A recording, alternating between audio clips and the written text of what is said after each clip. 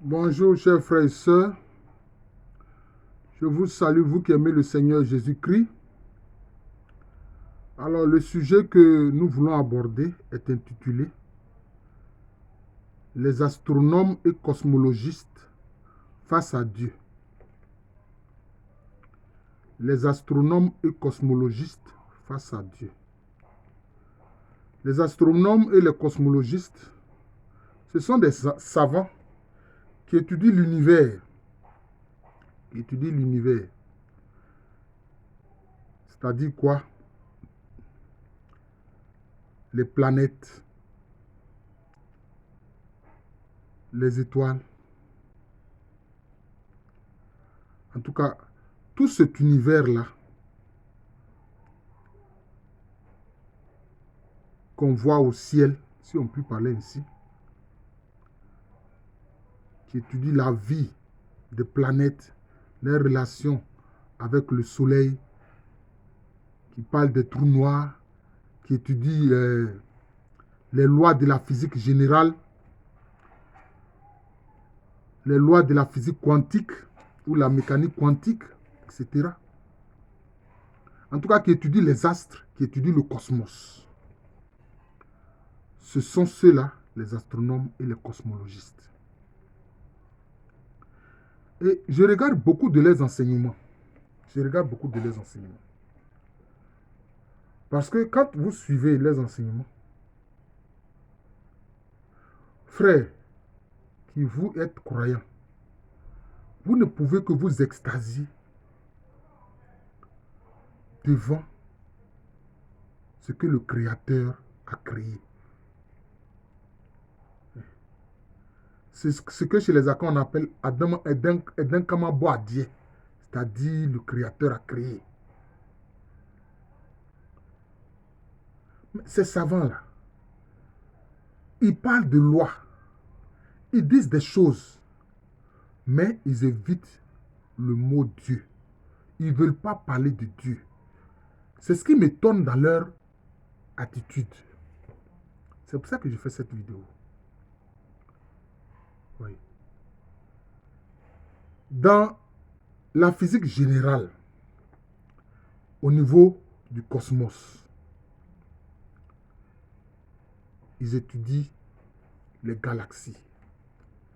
Eux-mêmes, ils voient des lois, même appliquées à la physique générale sur les galaxies. Notre Soleil, qui est une étoile qui tourne sur lui-même, et autour de qui tournent des planètes et d'autres astres. Ils se sont rendus compte que au centre de chaque galaxie, il y a un trou noir supermassif. Oui. Même Copernic, qui a pensé que c'était le Soleil qui était au centre de notre galaxie, de notre univers, il s'est trompé. Ce n'est même pas le Soleil, non. C'est un trou noir supermassif.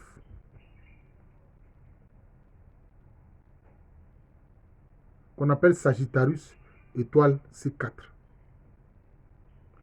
Vous voyez. Et ils se rendent compte que là où il y a un trou noir, la gravitation est très rapide. Et que, en fait, les trous noirs sont dus souvent à des étoiles massives qui se fondent sur elles-mêmes. Alors, elles deviennent des trous noirs. C'est comme la mort de l'étoile, mais ça finit en étant un trou noir. Et tout ça, c'est des lois qu'ils constatent. Oui, c'est des lois qu'ils constatent. Il y en a tellement sur l'électromagnétisme. Vous voyez. Sur la vie des étoiles, sur la vie des planètes qui vivent et qui meurent. Tout comme nous aussi sur Terre ici, toutes les créatures que nous sommes, nous vivons, nous mourons. Ils constatent toutes ces lois-là de l'univers.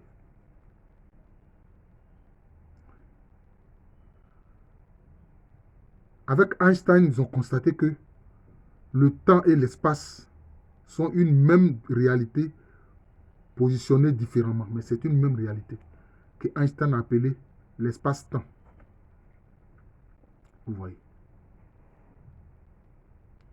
Alors, au niveau de la physique des particules, c'est-à-dire de la mécanique quantique, qu'on appelle aussi la physique quantique, alors là, ils se sont rendus compte que c'est d'autres lois qui s'appliquent là-bas, qui sont différentes des lois de la physique générale. Les particules, ils ont constaté que les particules, quand on les observe, elles se comportent effectivement comme des particules. Mais quand on ne les observe pas, elles se comportent comme des énergies. Oui.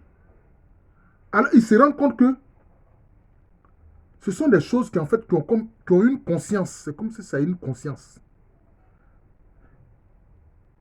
Donc, ces éléments de l'infiniment petit, quand ils les observent, ils sont particules. Quand ils ne les observent pas, ils sont énergie. Et ils ont la propriété de l'effet tunnel, c'est-à-dire de traverser ce qui est physique. Oui. C'est ça qu'on appelle l'effet tunnel, traverser ce qui est physique.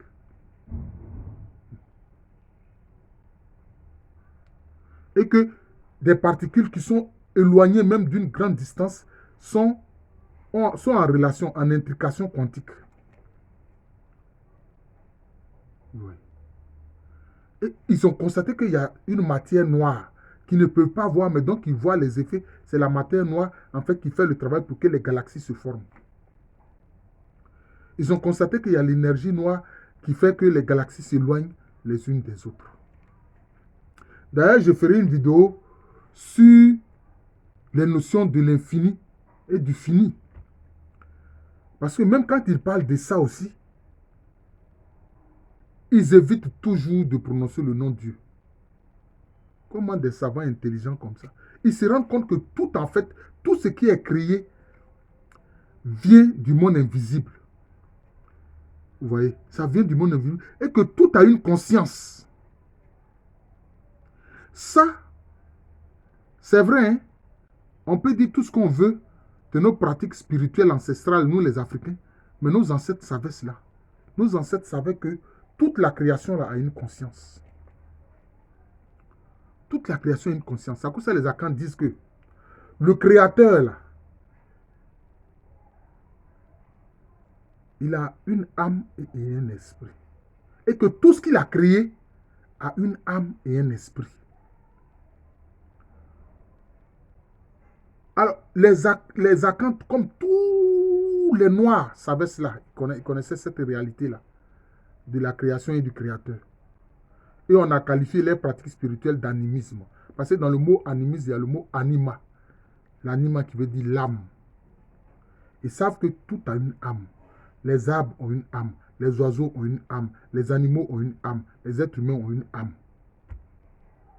Ont une conscience aussi. C'est ça l'esprit. Chez les Akans, l'âme est appelée Kra. L'esprit est appelé Sunsumi. La conscience est appelée Sunsumi. Les cosmologistes et les astronomes se rendent compte que tout ce qui est dans la création a une conscience. Mais c'est pour ça que les éléments de l'infiniment petit, quand vous les observez, ils se comportent comme des particules. Mais quand vous ne les observez pas, ils se comportent comme des énergies. Mais les cosmologistes se rendent compte que, bien qu'il y ait les lois de l'infiniment petit, mais ça a un lien aussi avec la physique générale, avec les lois de la physique générale. Parce que ce sont les éléments de l'infiniment petit, les particules là, qui sont à l'intérieur des créatures plus grandes. Comme moi, un être humain, comme vous. Nous sommes là, mais nous sommes constitués de particules d'atomes. Nous sommes faits de particules et d'atomes. Vous comprenez? Ils se rendent compte qu'il y a une conscience aussi dans toutes ces choses-là, qui sont dans l'univers. Hein? Dans l'univers cosmique qu'ils étudient. Mais ils évitent d'utiliser le mot Dieu. C'est ça le problème. Comme si utiliser le mot Dieu les rabaisse au plan de leurs connaissances scientifiques. Mais ils se rendent compte que tout a une conscience. Mais moi, je l'ai dit, si ce qui a été créé a une conscience, celui qui les a créés là, lui aussi, il a une conscience.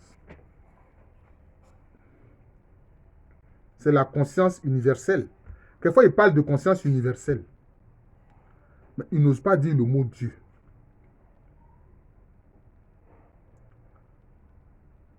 Que tout a une intelligence. Mais cette intelligence-là, c'est quoi? C'est ce que, dans le christianisme, on appelle l'intelligence infinie, c'est-à-dire le Saint-Esprit. C'est ce qu'on appelle le Saint-Esprit. Le Saint-Esprit, c'est l'intelligence infinie. Mais toutes les créatures ont une intelligence, ont une conscience.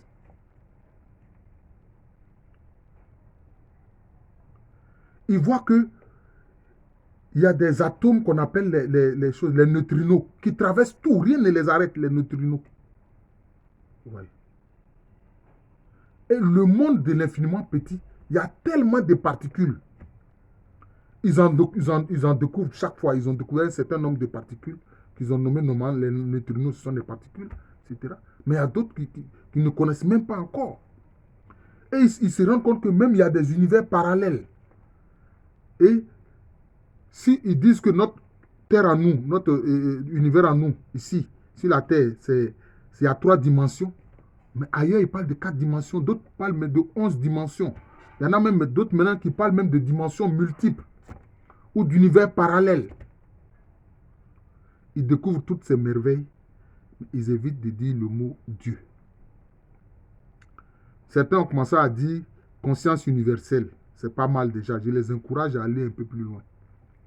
La conscience universelle, c'est ce que nous on appelle Dieu. C'est ce que nous on appelle la Trinité Sainte, le Père, le Fils et l'Esprit Saint. C'est tout. Et à qui d'autres donnent tous les noms. Vous voyez que beaucoup de peuples se sont rendus compte que le créateur de l'univers existe et lui donne des noms. Hein?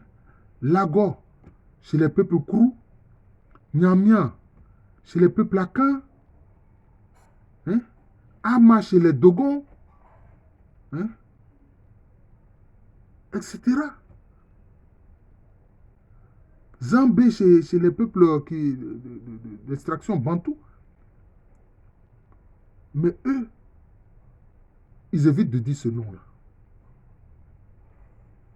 Quelquefois, j'ai pitié d'eux. Je veux que certains soient courageux. Je sais que Einstein, il a dit que devant toutes ces lois-là, devant toutes ces merveilles qu'ils constatent, on ne peut que croire en l'existence du Créateur. On ne peut que croire. Et moi, l'expression que j'ai trouvée, et qui peut-être, j'espère, s'il y a des astronomes qui par hasard, ou des cosmologistes qui par hasard, vont regarder cette vidéo, puisqu'ils constatent qu'il y a des lois. Il y a les lois de la physique générale, il y a les lois de la mécanique quantique, etc. Mais moi, je leur dis, est-ce que là où il y a des lois, il n'y a pas un législateur? Si, bien sûr. S'il y a des lois, c'est qu'il y a quelqu'un qui a fait ces lois-là. Je reprends ma formule. Là où il y a des lois, il y a un législateur. Puisqu'il y a des lois dans la création, le créateur, c'est le législateur suprême, le législateur universel. Au moins, s'ils ne veulent pas dire Dieu, qu'ils commencent à parler de législateur universel. Peut-être que cela va les encourager à aller vers le mot Dieu et à le dire sans honte. C'est cela. Je ferai une vidéo sur les notions de fini et infini. Je vais en parler dans une autre vidéo. Moi, je ne suis pas physicien. Mais la réflexion et l'intelligence, justement, le Créateur l'a répandu dans la création. les hommes sont intelligents. Mais même les animaux ont une intelligence. Ah oui. Regardez les animaux, comment ils agissent. Vous allez voir qu'eux aussi, ils ont une intelligence. C'est une forme d'intelligence. Une forme d'intelligence. Quand vous voyez que les prédateurs, là, ils peuvent attendre leur proie pendant des heures et des heures, avec une grande patience, et les piéger pour les attraper, pour se nourrir, c'est aussi une intelligence. Vous comprenez? C'est une intelligence. Mais le Créateur, c'est l'intelligence suprême. Voilà. C'est le législateur suprême. Qu'ils disent au moins législateur suprême, intelligence suprême. D'ailleurs, Niels Bohr, l'un des pères de la mécanique quantique, avait parlé d'une loi de la mécanique quantique qui a surpris Albert Einstein. Il a dit à Albert Einstein, selon les lois de la mécanique quantique, quand on ne regarde pas quelqu'un ou bien on ne regarde pas une chose, c'est comme si cette personne n'existe pas, cette chose n'existe pas. Einstein a dit en bon. Donc tu veux dire que moi je vais me dire que si je ne regarde pas la lune n'existe pas. Il dit j'ai du mal à comprendre ça. Il dit mais pourtant c'est ainsi. Si tu ne regardes pas la lune, c'est comme si la lune n'existe pas. Et moi, quelle conclusion j'ai tirée? J'ai dit, c'est que le Créateur regarde la création. Si le Créateur ne regardait pas la création allait s'écrouler. Vous comprenez? Le Créateur regarde la création. Et ils se sont rendus compte que, ces cosmologistes-là, que dans l'univers de l'infiniment petit, dans l'univers des particules et des atomes, il y a comme une incertitude. On ne sait pas, on envoie une particule et on espère qu'elle sera à un endroit précis, mais on ne sait pas exactement où. Elle n'est pas forcément à cet endroit précis. C'est comme s'il y a une sorte de hasard. Et cette loi aussi, quand Einstein en a entendu parler, c'est le même Niels Bohr qui lui en avait parlé. Il a dit à Niels Bohr que Dieu ne joue pas au dé. Lui au moins il a osé dire Dieu parce que c'était un grand croyant Einstein. Et Niels Bohr lui a dit, mais qui es-tu pour dire à Dieu ce qu'il doit faire? Hein? C'est ce que Niels Bohr a répondu à Einstein. Qui es-tu pour dire à Dieu ce qu'il doit faire? Voilà la réalité. Je vous remercie, chers frères et sœurs. C'est pour dire que tout dans la création nous amène à croire en Dieu. Tout. Tout ce qu'il a créé là, la vie des créatures là, c'est pour que chaque créature voit que lui, Dieu là, c'est lui qui est derrière la création, c'est lui qui a fait cela. Et alors chaque créature doit lui rendre grâce, l'honorer, l'adorer, le louer, le glorifier. C'est ça. Je vais terminer par là. Il y a même une dame, je ne connais pas son nom, je crois que peut-être c'était une Britannique. Elle a passé toute sa vie en Afrique centrale à étudier les gorilles. Hein, les chimpanzés, les gorilles, voilà, c'est-à-dire que les simiens, là, ces animaux-là. Mais elle a remarqué une chose.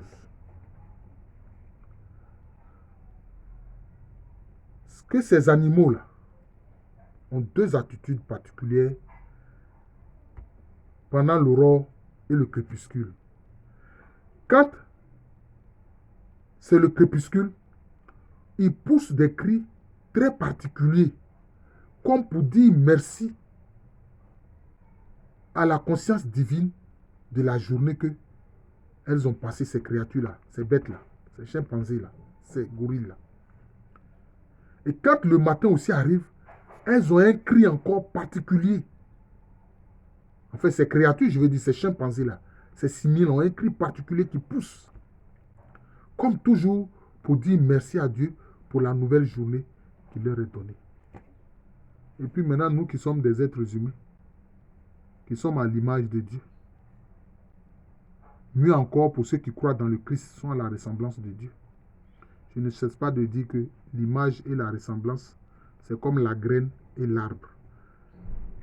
La graine, c'est l'image, l'arbre, c'est la ressemblance. La graine a les potentialités de l'arbre, mais la graine n'est pas l'arbre. Elle n'est pas l'arbre. Elle a la potentialité de l'arbre, mais elle n'est pas l'arbre. Parce que les oiseaux ne peuvent pas faire leur nid dans l'arbre, pardon, dans la graine. Les hommes ne peuvent pas se reposer à l'ombre de la graine. Les hommes ne peuvent pas avoir les fruits de la graine. Ils ne peuvent pas avoir l'écorce ou les feuilles de la graine. Mais c'est de l'arbre qu'ils obtiennent tout cela. C'est ça qui fait la différence entre l'image et la ressemblance. Et nous qui sommes du Christ, nous sommes à la ressemblance du Christ. Ça, c'est fondamental. Je vous remercie. Je suis le frère Jean de l'amour de Jésus. C'est mon nom spirituel. Et à l'état civil, je suis le professeur à l'Okwamérine. Je vous souhaite un bon week-end,